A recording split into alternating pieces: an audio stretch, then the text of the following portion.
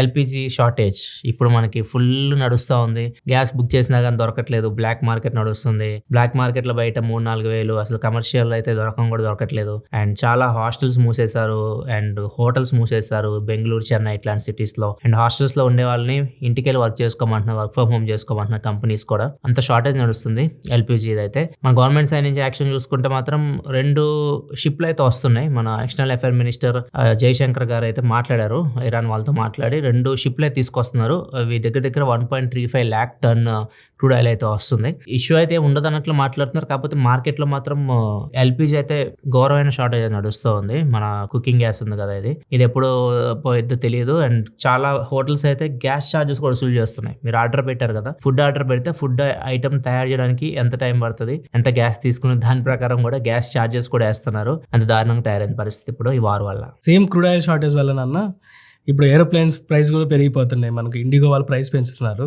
Global గా పెరిగింది కదా కాస్ట్ క్రూడ్ ఆయిల్ది. ఖచ్చితంగా ఇంపాక్ట్ అయితే చాలా వాటి మీద అయితే ఉంటుంది. ఈవెన్ పెయింట్స్, చాలా ఇండస్ట్రీస్ లో ఆయిల్ అయితే మీకు యూజ్ చేస్తారు. చాలా వరకు ప్రైజెస్ అయితే పెరిగే ఛాన్సెస్ అయితే ఉన్నాయి. ఒక వార్ వస్తే ఇన్ని ప్రాబ్లమ్స్ అయితే ఉంటాయి.